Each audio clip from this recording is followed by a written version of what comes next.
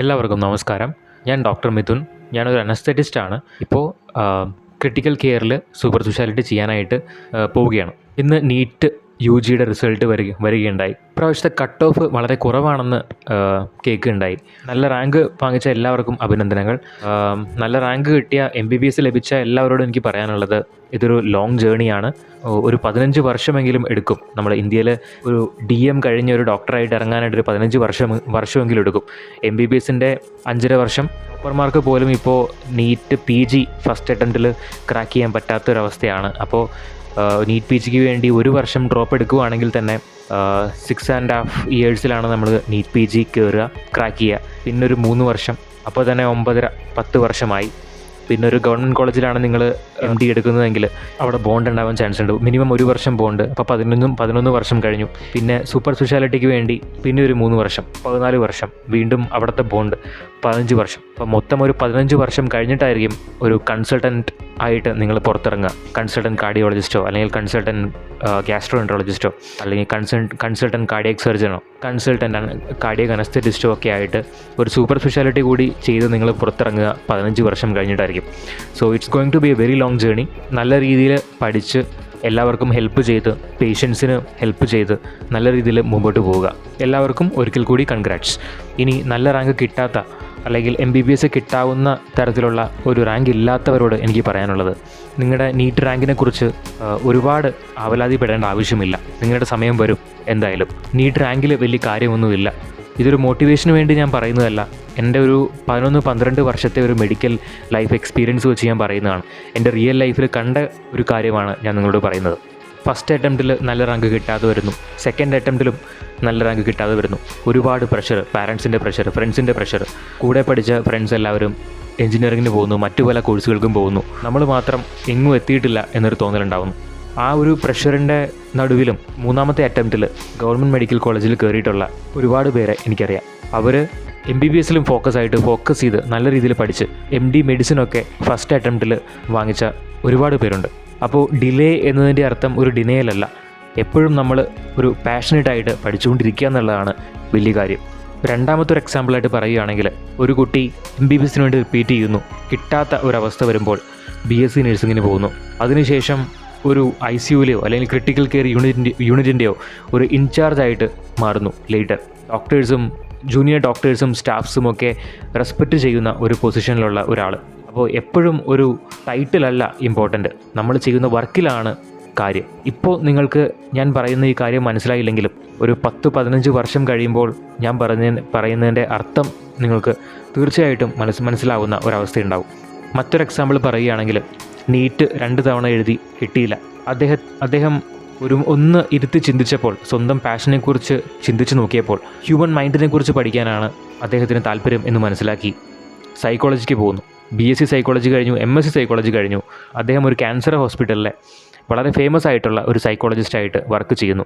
Cancer പേഷ്യൻസിന് ഡിപ്രഷനും ഗ്രീഫും ഒക്കെ മാറ്റാൻ കെൽപ്പുള്ള നല്ല ഫേമസ് ആയിട്ടുള്ള ഒരു സൈക്കോളജിസ്റ്റായിട്ട് അദ്ദേഹം വർക്ക് ചെയ്യുന്നു. നമ്മുടെ പർപ്പസ് ഡിഫറൻ്റ് ആണെങ്കിലും അത് പവർഫുൾ ആയാൽ മതി എന്നുള്ളതാണ് നിങ്ങളോട് എനിക്ക് പറയാനുള്ളത്.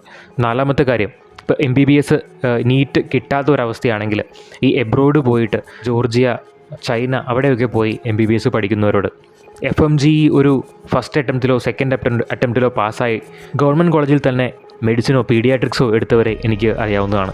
സോ ജേണി കുറച്ച് ലോങ്ങർ ആണെങ്കിലും നമ്മുടെ ആ ഒരു പെർസിസ്റ്റൻസ് അല്ലെങ്കിൽ ഒരു പെർസീവിയറൻസ് ആണ് ഏറ്റവും ഇമ്പോർട്ടൻ്റ് ആയിട്ടുള്ള ഒരു കാര്യം. ചിലവർക്ക് ഫസ്റ്റ് അറ്റംപ്റ്റിൽ കിട്ടുമായിരിക്കും, ചിലവർക്ക് 3ാമത്തെ അറ്റംപ്റ്റിലും കിട്ടുക, ചിലവർ ഒരു ഡിഫറെൻറ്റ് റോഡ് എടുക്കാൻ ചാൻസ് ഉണ്ട്. പക്ഷേ നിങ്ങൾ ഒരിക്കലും നിങ്ങളുടെ ആ ഒരു ഡെസ്റ്റിനേഷനിലേക്കുള്ള നടത്തം നിർത്താതിരുന്നാൽ നിങ്ങൾ എന്തായാലും നിങ്ങളുടെ ഡെസ്റ്റിനേഷനിൽ എത്തിച്ചേരും ഒരിക്കൽ. 2ാമത്തെ ഒരു കാര്യം, ഇനിയും 1 വർഷം കൂടി റിപ്പീറ്റ് ചെയ്യണം. 1 വട്ടം റിപ്പീറ്റ് ചെയ്തവരുണ്ടാവും, 2 വട്ടം റിപ്പീറ്റ് ചെയ്തവരുണ്ടാവും.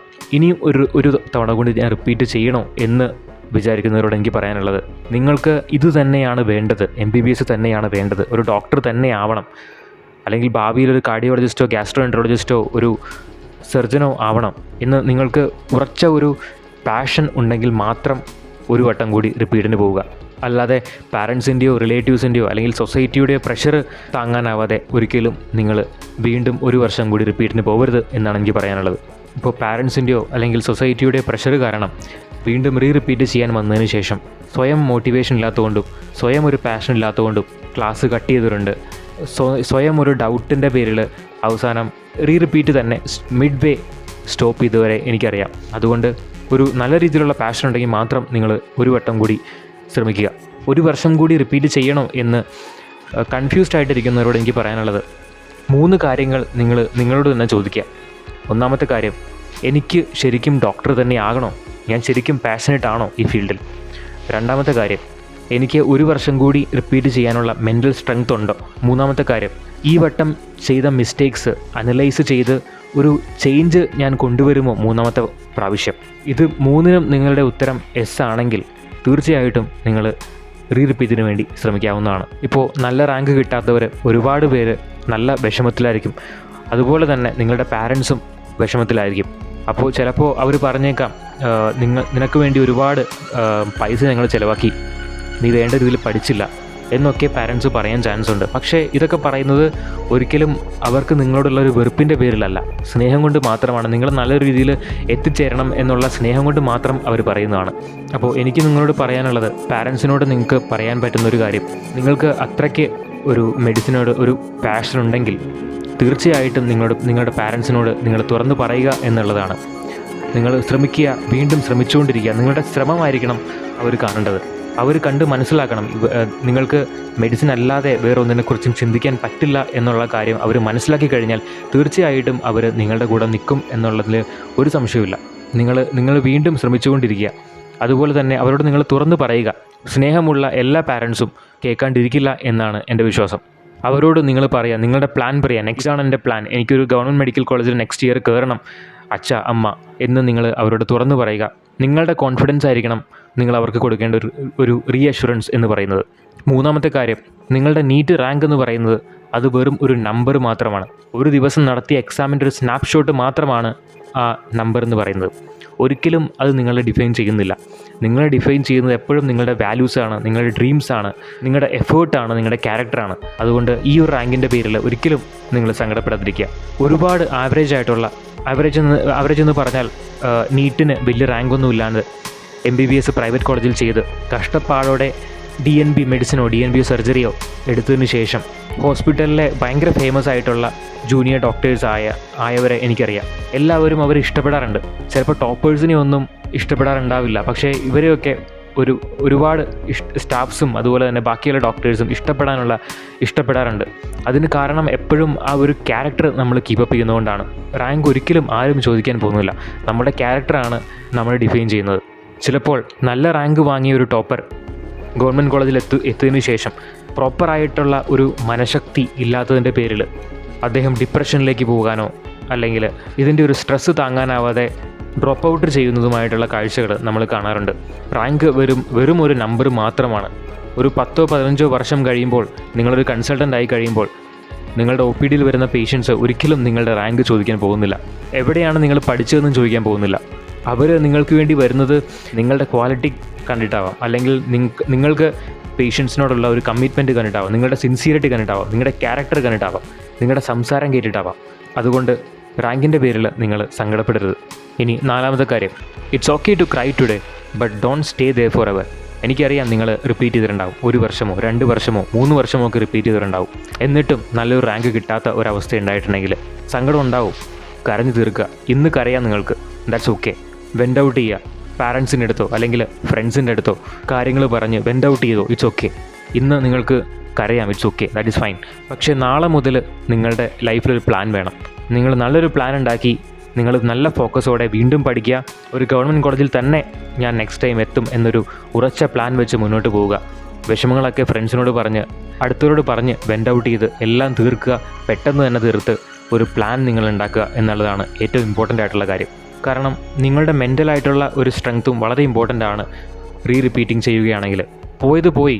ഇനി ഒരു പുതിയ ഒരാളായിട്ട് നല്ലൊരു ഫോക്കസോടെ നിങ്ങളുടെ മിസ്റ്റേക്സൊക്കെ അനലൈസ് ചെയ്ത് എന്തൊക്കെയാണോ എൻ്റെ പ്രശ്നങ്ങൾ അത് മൊത്തം ഫിക്സ് ചെയ്ത് തിരിച്ചു ഒരു കംബാക്ക് നടത്തുക എന്നുള്ളതാണ് ഏറ്റവും ഇമ്പോർട്ടൻ്റ് ആയിട്ടുള്ള കാര്യം. 5ാമത്തെ കാര്യം എനിക്ക് നിങ്ങളോട് പറയാനുള്ളത്, നിങ്ങൾ ഒറ്റയ്ക്കായിട്ട് തോന്നും. ബാക്കി എല്ലാവർക്കും സീറ്റ് കിട്ടി, നിങ്ങൾ മാത്രമാണ് ഒറ്റയ്ക്ക് എന്ന് തോന്നാനുള്ള ഒരവസ്ഥയുണ്ട്. ഒരിക്കലുമല്ല. ലക്ഷങ്ങൾക്ക് സീറ്റ് കിട്ടിയിട്ടില്ല. ഒരുപാട് പേര്, ഒരു തൗസൻഡ്സ് ഓഫ് ആൾക്കാർ നിങ്ങളുടെ സെയിം ബോട്ടിൽ തന്നെയുണ്ട്.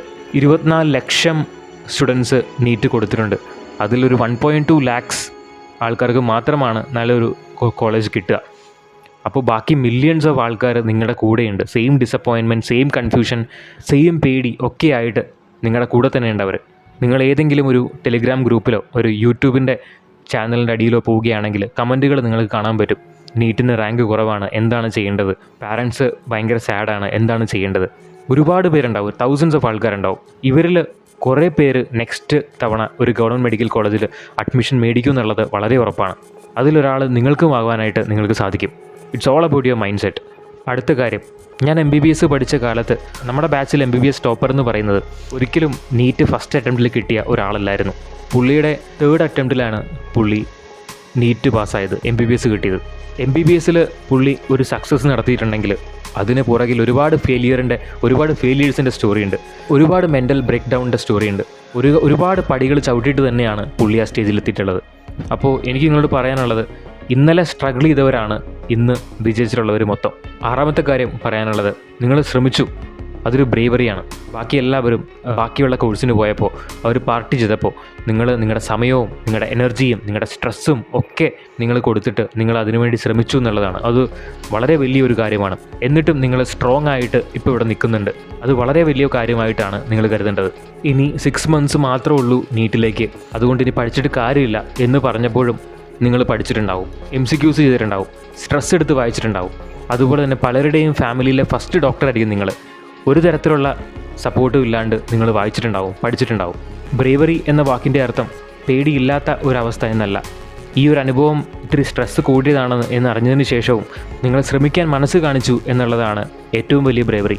ഇനി അടുത്ത കാര്യം, ഇപ്പോൾ നമ്മൾ കാണുന്ന ബെസ്റ്റ് ഡോക്ടേഴ്സ് ഇവർക്ക് എല്ലാവർക്കും നീറ്റ് ഫസ്റ്റ് അറ്റംപ്റ്റിലാണ് കിട്ടിയെന്ന് നമുക്ക് പറയാൻ പറ്റില്ല. ചിലർക്ക് 2nd അറ്റംപ്റ്റ് ആവാം, ചിലർക്ക് 3rd അറ്റംപ്റ്റ് ആവാം. പക്ഷേ അവരൊക്കെ ഇപ്പോൾ ബെസ്റ്റ് ഡോക്ടേഴ്സാണ്. എനിക്കൊരു ഫ്രണ്ടുണ്ട്, അദ്ദേഹം 3rd അറ്റംപ്റ്റിലാണ് MBBS കിട്ടിയത്, നീറ്റ് പാസ്സായത്. അതും ഒരു പ്രൈവറ്റ് മെഡിക്കൽ കോളേജിലാണ് അദ്ദേഹം MBBS പഠിച്ചത്. പക്ഷേ MBBSൽ അദ്ദേഹം വളരെ നന്നായിട്ട് പഠിച്ചു. PGക്ക് അദ്ദേഹം എയിംസ് ഡൽഹിയിൽ റേഡിയോളജി വാങ്ങിച്ചു.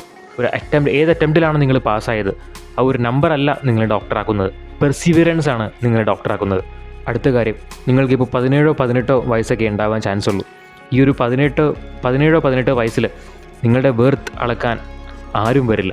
നിങ്ങൾ എന്തായി തീരുന്നു എന്നതിലാണ് കാര്യം. ഇപ്പോൾ നിങ്ങളുടെ മനസ്സിൽ ഒരുപാട് പ്രഷർ ഉണ്ടാവും, ഒരുപാട് റാങ്കും പെർസെൻറ്റേജും സ്ട്രെസ്സും ഒക്കെ എല്ലാവരും ഇങ്ങനെ ഇട്ടുകൊണ്ടിരിക്കുമായിരിക്കും. നിങ്ങളത് നോക്കേണ്ട ആവശ്യമില്ല. ദേവി ഷെട്ടി എന്ന് പറഞ്ഞ ഒരു മനുഷ്യൻ, അദ്ദേഹം ഫേമസ് ആയിട്ടുള്ളൊരു ഹാർട്ട് സർജനാണ്. അദ്ദേഹം 17ാമത്തെ വയസ്സിലൊന്നും ആയിരുന്നില്ല, ഇപ്പോൾ അദ്ദേഹം ഫേമസ് ആയിട്ടുള്ള ഒരു ഡോക്ടറാണ്. അവരാരായി തീർന്നു എന്നതിലാണ് ഏറ്റവും വലിയ കാര്യം. നിങ്ങളുടെ റാങ്ക് ആരും മുഖവിലക്കെടുക്കാൻ പോകുന്നില്ല. സോ എനിക്ക് നിങ്ങളോട് പറയാനുള്ളത്, ഈ ഒരു എക്സാമിന് മാർക്ക് കുറഞ്ഞു എന്ന് വിചാരിച്ച് നിങ്ങളൊരു ഫെയിലിയർ ആണെന്ന് ഒരിക്കലും ചിന്തിക്കരുത്. ഇത് നിങ്ങളുടെ ലൈഫിലൊരു തുടക്കം മാത്രമാണ്. നിങ്ങൾക്ക് 17-18 വയസ്സ് മാത്രമായിട്ടുള്ളൂ.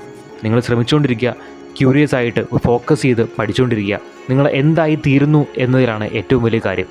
ആ ഒരു ഡെസ്റ്റിനേഷനിലേക്ക് കണ്ടിന്യൂസ് ആയിട്ട് നടന്നുകൊണ്ടിരിക്കുക, ശ്രമിച്ചുകൊണ്ടിരിക്കുക.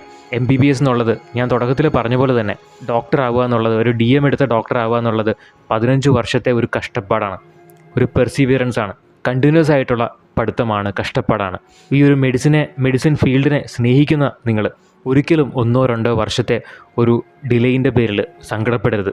ചിലർ ഫസ്റ്റ് അറ്റംപ്റ്റിൽ പാസ്സായി 13 വർഷം കൊണ്ട് കൺസൾട്ടൻ്റ് ആവുമായിരിക്കും, ചിലർ 15 വർഷം എടുക്കുമായിരിക്കും, ചിലർ 16-17 വർഷം എടുക്കുമായിരിക്കും. പക്ഷേ അൾട്ടിമേറ്റ്ലി നിങ്ങൾ ആ ഗോളിൽ എത്തിച്ചേരുക തന്നെ ചെയ്യും. അതിലാണ് ഏറ്റവും വലിയ കാര്യം.